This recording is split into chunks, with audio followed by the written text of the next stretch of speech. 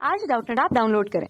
Doubtnut पर अपने सभी गणित, रसायन विज्ञान, भौतिक विज्ञान और जीव विज्ञान के डाउट्स का करो सफाया। बस प्रश्न की फोटो खींचो, एक ही प्रश्न को क्रॉप करो और तुरंत वीडियो सोल्यूशन पाओ। अभी डाउनलोड करें। हेलो दोस्तों, हमारा प्रश्न है मॉडुलन सूचकांक को परिभाषित कीजिए।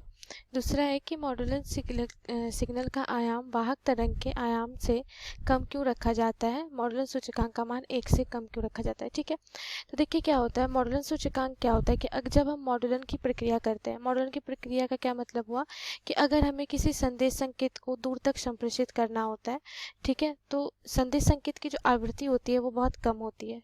ठीक है, ये क्या है हमारा संदेश संकेत, या फिर हम इसे क्या कहते हैं, मॉडुलक संकेत कहते हैं।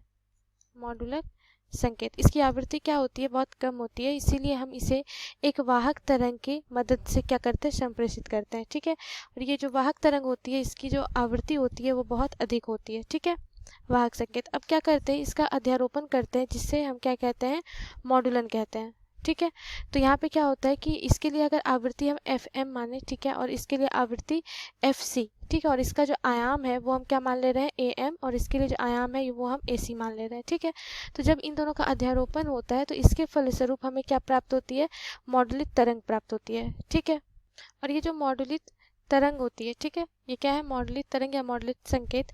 तो इसके पार्श्व बैंड में जो मॉडुलक संकेत क्या होता है, एक इनवलप की तरह होता है, जिसके पार्श्व बैंड में क्या होता है कि वाहक तरंग निहित होती है। ठीक है, तो इसके लिए जो इसके वाहक तरंग का जो आयाम है, अगर हम आवृत्ति को क्या कर रहे हैं, नियत रख रहे हैं, तो यहाँ पे क्या होता है कि जो ये जो आयाम होता है वाहक तरंग का, वो परिवर्तित होता है किसके अनुसार, मॉडुलक संकेत के अनुसार। ठीक है, जिसे हम क्या कहते हैं, आयाम मॉडुलन कहते हैं।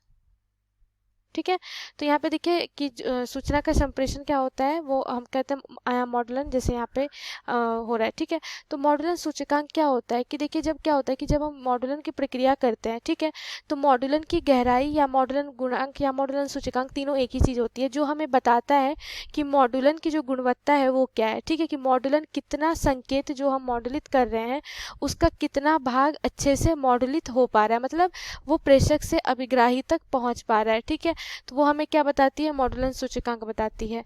तो मॉडुलन सूचकांक होता है क्या है, अगर हम आयाम मॉडुलन में देखें, जिसे हम M से या म्यू से सूचित करते हैं, ये होता है AM/AC के बराबर होता है। ठीक है, जहाँ पर AM क्या है, ये मॉडुलक संकेत का आयाम होता है, और AC क्या होता है, ये वाहक तरंग का आयाम होता है। दोनों के अनुपात को क्या हम कहते हैं, मॉडुलन गुणांक कहते हैं, जो हमें मॉडुलन की गुणवत्ता को बताता है। ठीक है, इसका मान, इसमें जो AM होता है, ठीक है, इसे हम क्या करते हैं, कम रखते हैं, और AC को अधिक रखते हैं, ताकि हमारा जो M आए वो क्या आए, 1 के बराबर या 1 से कम। ठीक है, और ये हम ऐसा करते हैं क्योंकि यहाँ पे जो मॉडुलन हो रहा है, ये मॉडुलन में विरूपण ना आ पाए।